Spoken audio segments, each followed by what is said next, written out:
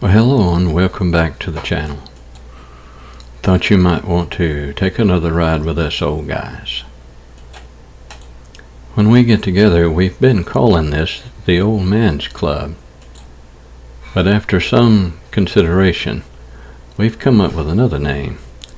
I think we're going to have to call it the Blinker Boys. It seems we can't remember to turn our blinkers off. Between the three of us, it looks like we have an eternal blinker scenario going on between the three of us.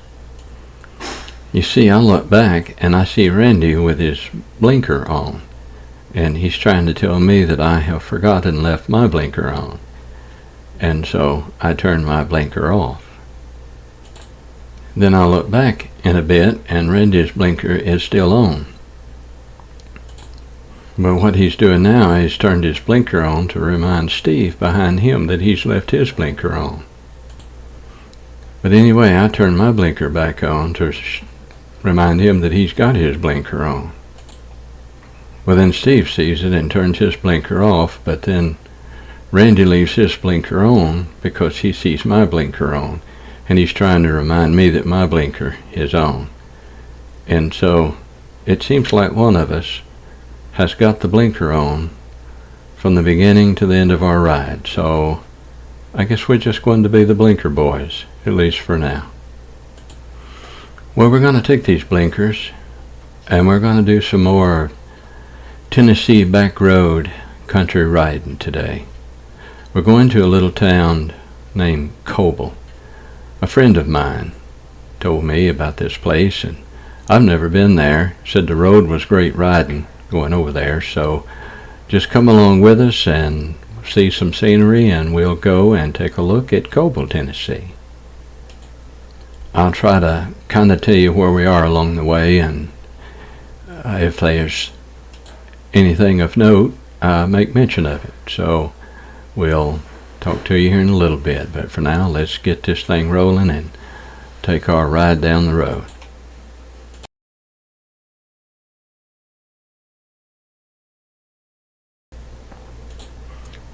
We're going to start by turning right here on Highway 114. We're going to go down 114 for a while, and then we're going to cut across country through Dunbar Road and make our way through the back country and some various little cut across, and we're going to wind up in Perryville, Tennessee, and cross the Tennessee River Bridge. So that's where we're headed for right now.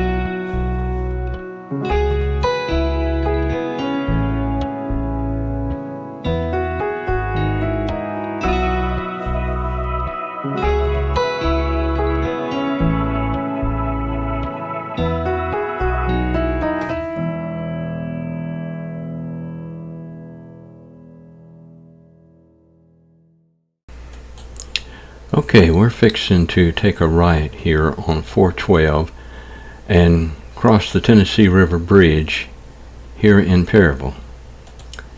It's called the Alvin C. York Bridge. It's a two-lane steel girder bridge connecting Decatur County to the west and Perry County to the east. It was completed in 1986 at a length of approximately 2,936 feet. It replaced a longer historic toll bridge of the same name that had spanned the river since 1931. The bridge is named in honor of Sergeant Alvin York, Tennessee's most famous World War I hero. He earned the Medal of Honor for extraordinary valor by single-handedly neutralizing a machine gun nest and capturing 132 soldiers. The old original Alvin C. York Bridge was constructed as a part of Tennessee's pioneering Special Bridge Program, was the nation's first statewide initiative to build public toll bridges over major rivers using federal matching funds under the 1926 Federal Aid Highway Act. It was authorized in 1927. It featured 6 riveted steel through truss spans, including 2 Parker trusses up to 368 feet long, and concrete approaches, totaling 4,018 feet in length. The construction began in January of 1928 under contract at the cost of $631,966.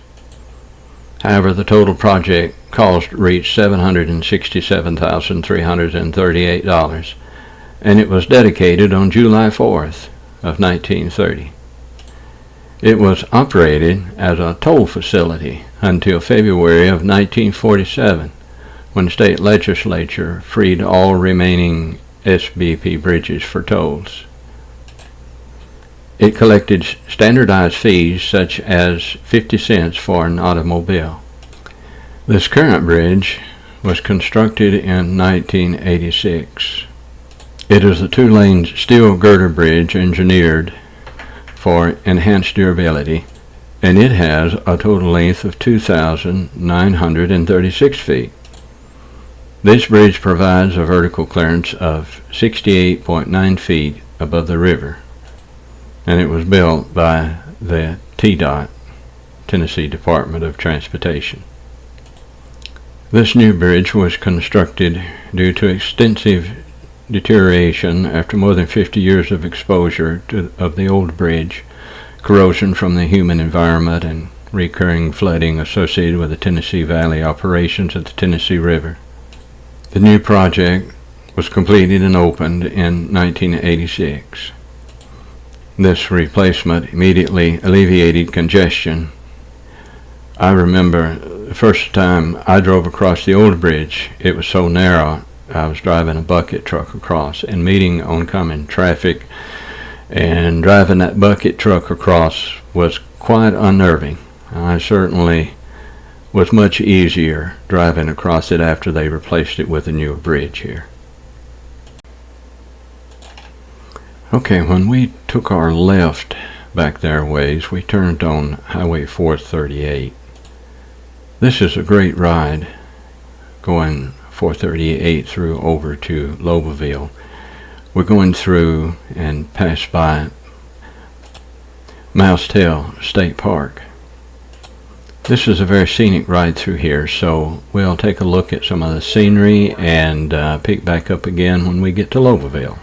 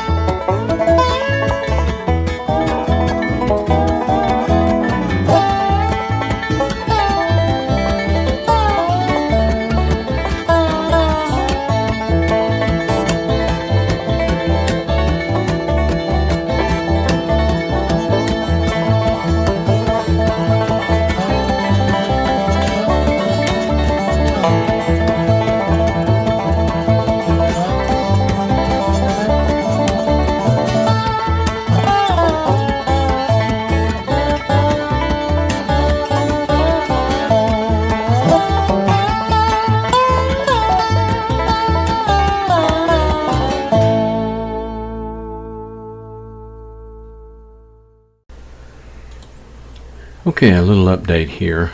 We're running on Highway 50, and this is our last leg of the trip. Our next destination will be Coble, Tennessee. So let's take a little short scenic ride and see what we find in Coble.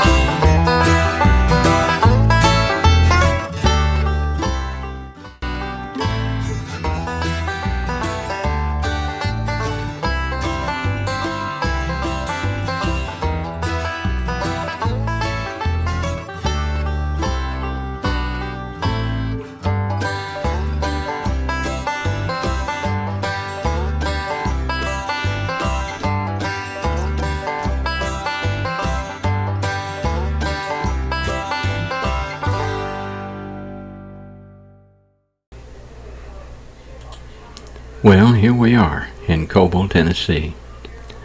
Coble is in West Hickman County. This community is found on Highway 438 of Centerville, Tennessee. Adam Coble chose this area for its clay deposits needed to establish a pottery. A pioneer from North Carolina, Mr. Coble began a pottery on Sulphur Creek in 1823. Mostly manufacturing household items was a major industry in this area, and in 1861 the Civil War broke out, causing the pottery to close. It appears at one time Coble supported at least one country store, and looks like maybe two. Not much history on current city of Coble that I could find.